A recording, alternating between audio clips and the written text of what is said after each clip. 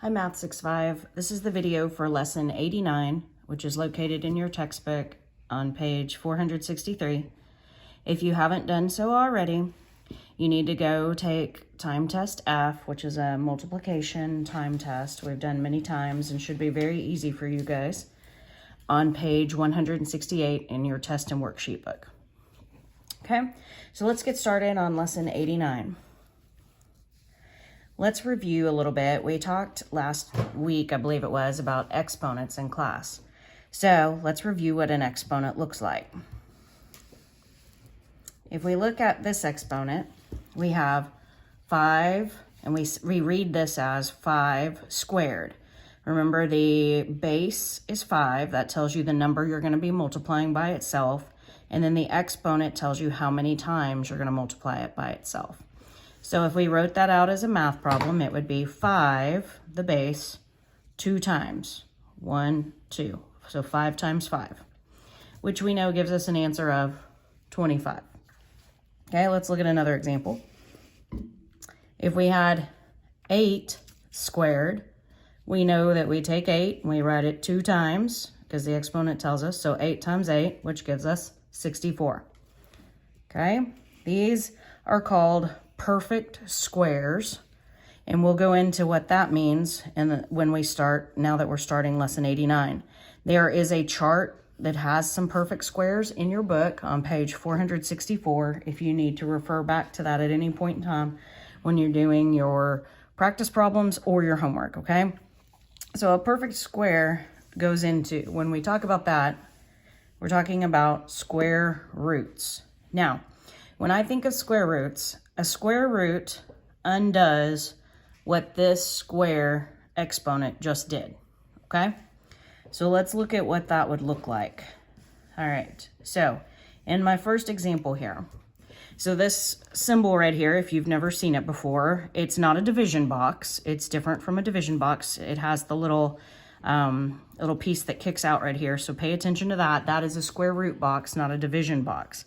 So if I read this problem in words, I would say square root of 25, okay?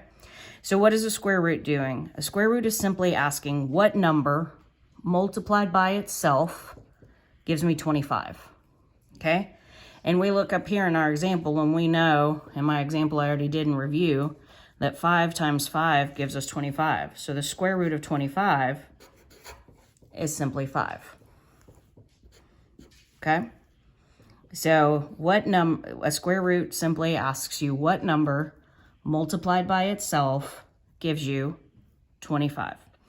So this is called a perfect square. Going back to my little note up here, as you'll see on page 464 in your textbook, a perfect square has a whole number square root. So see, the square root of 25 is 5.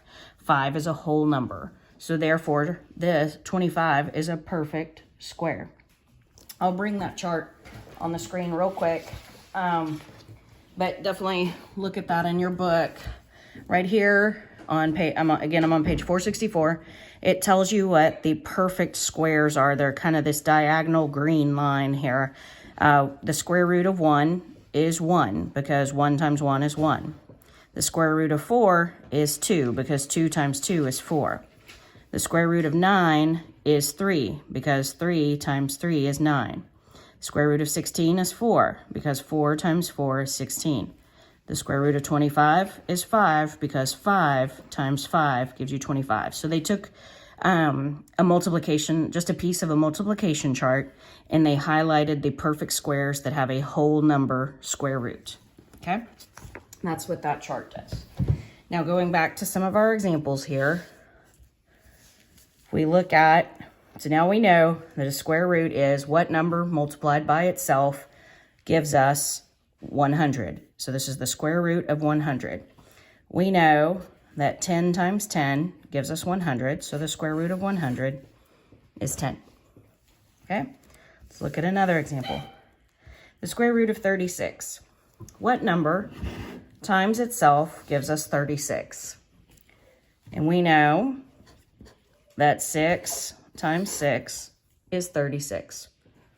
Okay, so the square root of 36 is 6. 25, 100, and 36 are all perfect squares because they have a square root answer that is a whole number. Okay, let's apply that to some math problems now. So when we look at this problem, it looks at first, it can look a little scary, but don't be scared. We're going to break it down in pieces. Okay, so over here, we have an addition problem underneath the square root. So the first thing we need to do is solve that addition problem. So 21 plus 4, we know is 25. So this problem is actually asking, what is the square root of 25? Remember, when we have this big circle, it's a comparison, and our answer is either going to be less than, greater than, or equal to. We don't know that quite yet. We have to solve our different pieces. So we have this piece, so we have the square root of 25 is what this added up to. 21 plus 4, 25. When you do the square root of 25, we know that the square root of 25 is the whole number 5, because 5 times 5 gives us 25. Let's look on the right-hand side. All right, so we have another addition problem, but it's 2 separate square roots. So we're going to solve each of these square roots separately. So the square root of 4, we know that what number times itself gives us 4? 2 times 2 gives us 4. Plus, what number times itself gives us 9? 3 times 3 gives us 9, so the square root of 9 is 3. So the square root of 4 is 2, the square root of 9 is 3, and then we're going to add them together, and we get 5 on this side also. So on the left-hand side, this equaled 5, and on the right-hand side, this equaled 5. So therefore, if we compare them, we know they are equal to. Okay? All right, let's look at two more problems for this lesson. All right, another way to apply the square root. So we have the square root of 36. So what number times itself gives us 36? 6 minus the square root of 4. What number times itself gives us 4? 2 equals, and 6 minus 2 we know equals 4. Okay?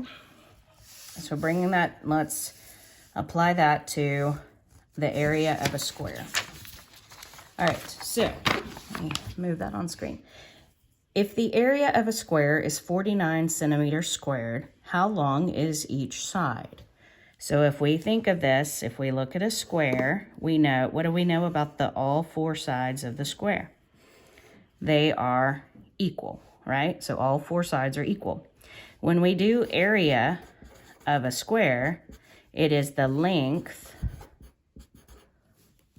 times the width. Okay? So all the sides are equal. We know area is 49 centimeters squared.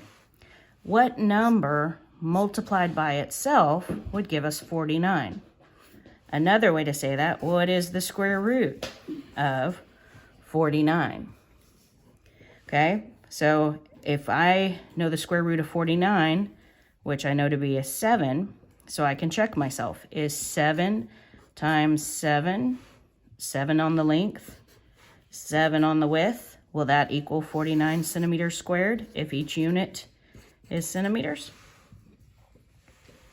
So length times width, 7 times 7 is 49. So I know that my length and width are each 7 because everything is 7 on a square.